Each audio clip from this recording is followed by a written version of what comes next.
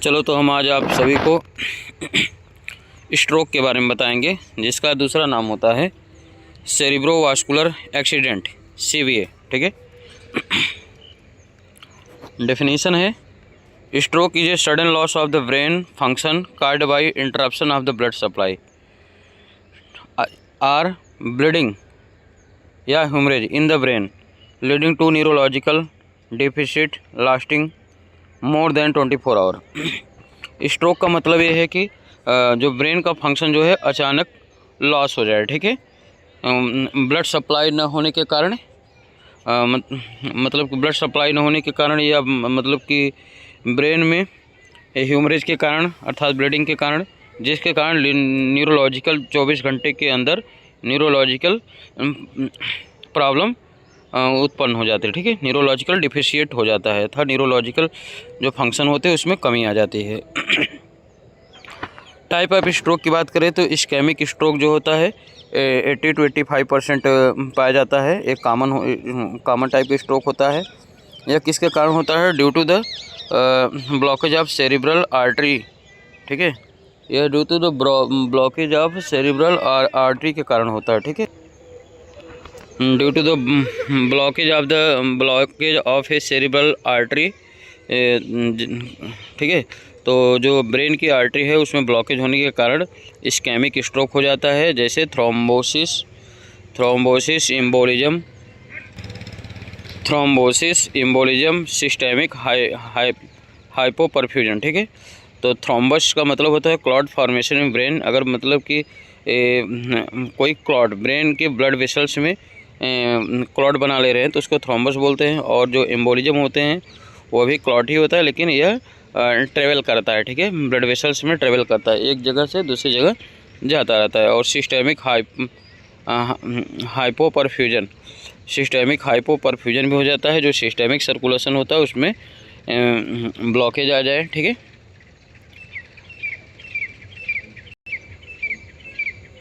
Next है haemorrhagic stroke due to the rupture of blood vessels. यह haemorrhagic stroke जो होता है 15 to 20% होता है। ठीक है। Bleeding into the brain tissue और सब आर्किनोइड स्पेस। ठीक है। यह क्या होता है? जो ब्रेन टिश्यू होता है उसके अंदर ब्लीडिंग होना, सब आर्किनोइड स्पेस के अंदर ब्लीडिंग होना, इसके कारण होता है। ठीक है। जो हमारा सब आर्किनोइड स्पेस है उसमें ब्लीडिंग हो जाए। ठीक है। हाँ, टाइप ऑफ हेमोरेजिक स्ट्रोक क्या होता है? यह दो प्रकार का टाइप होता है। हेमोरेजिक स्ट्रोक के दो टाइप होते हैं, इंट्रा सेरिब्रल हेमोरेज, सब आर्किनोइड हेमोरेज।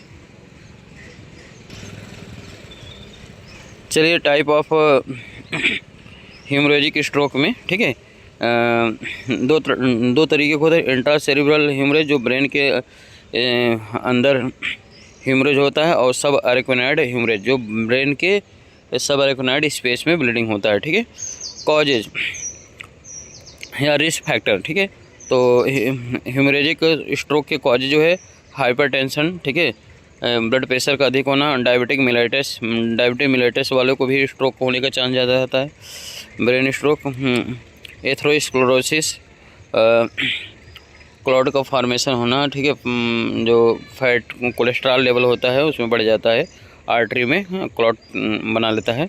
हार्ट डिसीज जैसे आर्टेरियल फिब्रिलेशन हो जाए या मायोकार्डियल इन्फेक्शन हो जाए। स्मोक हो गया, अल्कोहल हो गया। Obesity, sedentary life styles. ठीक है। ओबेसिटी हो जाए, sedentary life style. High cholesterol family stroke of the stroke हो गया, family history of the stroke हो जाए। ठीक है। या कोई मतलब कि उनके फैमिली में किसी को स्ट्रोक हुआ हो तो भाई ये फैमिली हिस्ट्री होती है। ठीक है। ब्रेन स्ट्रोक अगर हुआ हो तो इसका पता लगाना। ठीक है। पैथोफिजियोलॉजी। अब पैथोफिजियोलॉजी कैसे रोग डिसीज मतलब स्ट्रोक फैला। ठीक है। इसमें क्या होता है? ब्रेन के कुछ पार्ट में ब्लड फ्लो कम हो जाना। ठीक है। Decrease blood flow to the part of brain में जब ब्लड फ्लो कम हो जाता है, फिर उसके बाद जब ब्लड फ्लो कम हो जाएगा ब्रेन के पार्ट में, तो भाई ऑक्सीजन एंड ग्लूकोज लेवल भी घट जाएगा। फिर इसके बाद क्या होगा? ऑक्सीजन ग्लूकोज लेवल अगर घट जाएगा तो ब्रेन सेल जो होता है डेथ हो जाता है, ठीक है। ब्रेन सेल क्या हो जाएगा, डेथ हो जाएगा, या इन्फेक्शन और ह्यूमरेज, ठीक है। या तो वहाँ पे ब्रेन मतलब कि वहाँ की जो टिश्यू होती है बहुत ज़्यादा डैमेज हो जाएगी, या फिर वहाँ ह्यूमरेज के कारण ब्रेन सेल डेथ हो जाएगी। फिर उसके बाद क्या हो जाएगा, loss of the neurological function. जो न्यूरोलॉजिकल फंक्शन है वह जो जिस एरिया में स्ट्रोक हुआ रहेगा उस एरिया में क्या होता है, न्यूरोलॉजिकल फंक्शन लॉस हो जाता है, ठीक है। नेक्स्ट है क्लिनिकल फीचर। तो क्लिनिकल फीचर क्या है, ठीक है। क्लिनिकल फीचर में सडन वीकनेस या नंबनेस देखने को मिलेगा फेस पे, आर्म पे, लेग पे, ठीक है। और नेक्स्ट होता है फेशियल ड्रूप, ठीक है। चेहरा एकदम उतरा सा दिखेगा, ठीक है। स्लर्ड स्पीच, फंस के आवाज़ आएगी, ठीक है। स्लर्ड स्पीच मतलब कि बड़बड़ाहट की जैसी आवाज़ आएगी, ठीक है। लॉस ऑफ बैलेंस या कोऑर्डिनेशन में लॉस हो जाएगा, प्रॉपर जो बेलम है उसका वर्क नहीं करेगा। सडन सीवियर हेडेच हो सकता है। विजुअल डिस्टर्बेंस, ठीक है, देखने में दिक्कत हो सकता है। लॉस ऑफ कॉन्शियसनेस, और तो और कॉन्शियस में भी लॉस हो जाएगा अगर केस कैसा है, सीवियर है। नेक्स्ट है डायग्नोसिस में ये है कि डायग्नोसिस जो होता है इसमें सीटी स्कैन, MRI करते हैं, ठीक है। क्या पता लगाने के लिए, ठीक है, डिफरेंशिएट इस्केमिक या ह्यूमरेजिक, कहाँ पे ब्लीडिंग हो रहा है या कहाँ पे ब्लड सप्लाई प्रॉपर तरीके से नहीं हो रहा है, ठीक है। नेक्स्ट जो है डायग्नोसिस करेंगे कैरोटिड डॉपलर या एंजियोग्राफी। इससे हमें पता चल जाएगा कहाँ पे कौन से सेरिब्रल आर्टरी में ब्लॉकेज आ रहा है, ठीक है। नेक्स्ट है हम क्या काम करें, ECG या इकोकार्डियोग्राम भी कर सकते हैं, ठीक है। इसके लिए एम्बोलाई को फाइंड करने के लिए कि कहाँ पे जो एम्बोलाई है, जो क्लॉट है, ठीक है, वो कहाँ पे है, ठीक है। मैनेजमेंट की बात करें, मैनेजमेंट में पहली बात तो इमरजेंसी केयर देंगे। एक्यूट फेस में जो होता है, इमरजेंसी केयर के दौरान क्या करेंगे, maintain airway breathing circulation, ABC मतलब कि इमरजेंसी केयर में सबसे पहले ABC वाली केयर करेंगे। जैसे एयरवे देखेंगे, ब्रीदिंग देखेंगे, प्रॉपर रिस्पायरेशन हो रहा है कि नहीं, और ब्लड प्रेशर से चेक करेंगे, ठीक है। नेक्स्ट क्या करेंगे, इस्केमिक स्ट्रोक का इलाज करेंगे।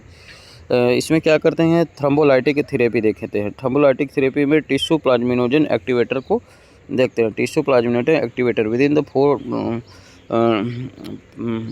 मतलब कि हाफ एंड 4 आवर में, मतलब 4.5 घंटे के अंदर थ्रोम्बोलाइटिक थेरेपी करा लेंगे, ठीक है।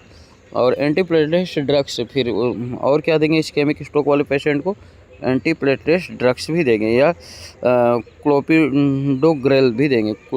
क्लोपिडोग्रेल यह प्लेटलेट्स के अगेंस्ट काम करता है, क्लॉट को तोड़ता है, ठीक है। क्लॉट को तोड़ता है, जो थ्रोम्बस बनता है उसको डिजॉल्व करता है, ठीक है, क्लोपिडोग्रेल।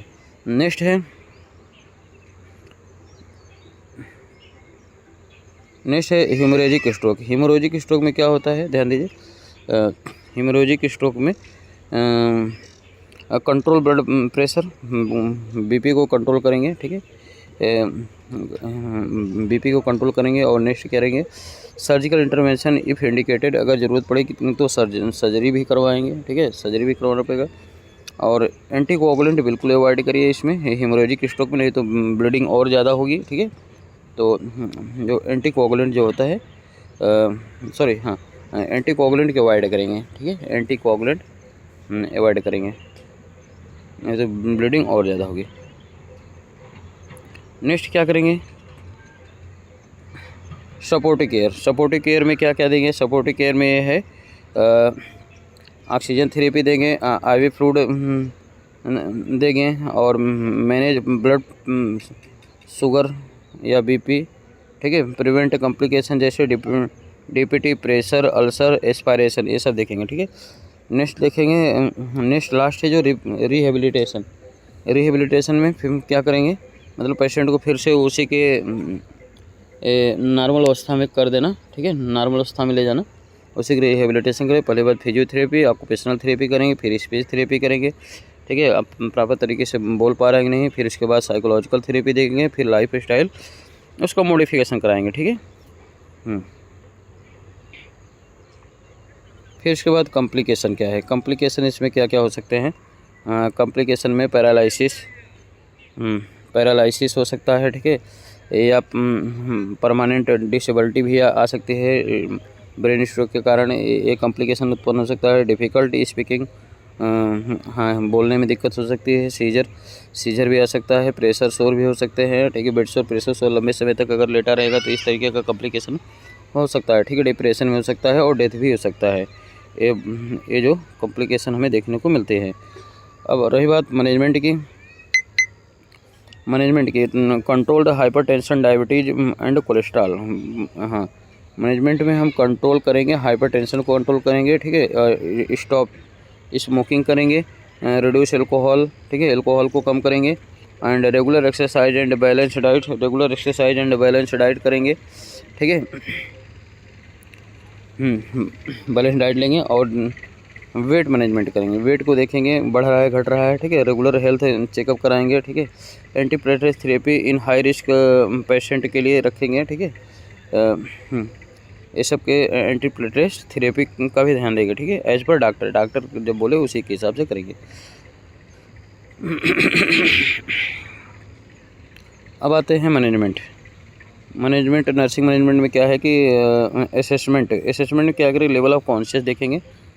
असेसमेंट में पेशेंट के असेसमेंट में लेवल ऑफ कॉन्शियस चेक करेंगे, और फिर उसके बाद पोजीशनिंग में हेड एलिवेट 30 डिग्री कर देंगे स्ट्रोक वाले पेशेंट का, ठीक है। टर्न एवरी 2 आवर, प्रत्येक 2 घंटे में टर्न करते रहें ताकि बेड शोर ना हो।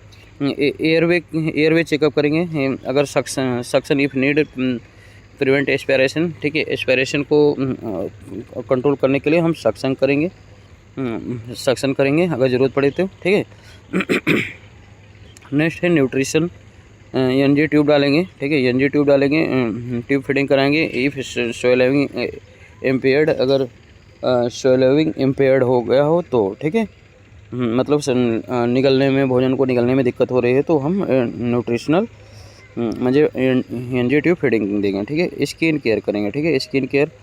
मोबिलिटी देंगे, चाहे पैसिव मोबिलिटी दवाएं, चाहे दूसरे की जरिए दवाएं, चाहे खुद से मूवमेंट करने की कोशिश करें। लास्ट में कम्युनिकेशन में क्या करेंगे, यूज सिंपल लैंग्वेज और शॉर्ट का मैनेजमेंट करेंगे, केयर करेंगे, ठीक। नेक्स्ट है एजुकेशन में फैमिली काउंसलिंग करेंगे, फिर उसके बाद मेडिकेशन, और फिर जो भी प्रिवेंशन के जो भी सावधानियां हैं उसके हम टिप्स देंगे पेशेंट और पेशेंट को, फैमिली को, ठीक है। ओके, थैंक यू, आज के लिए इतना ही बहुत है, ठीक है। काफ़ी ज़्यादा डिस्टर्बेंस भी है तो सॉरी फॉर डिस्टर्बेंस, और हमारी मेहनत को देखकर भाई आप सब्सक्राइब करें, लाइक करें चैनल को, ठीक है।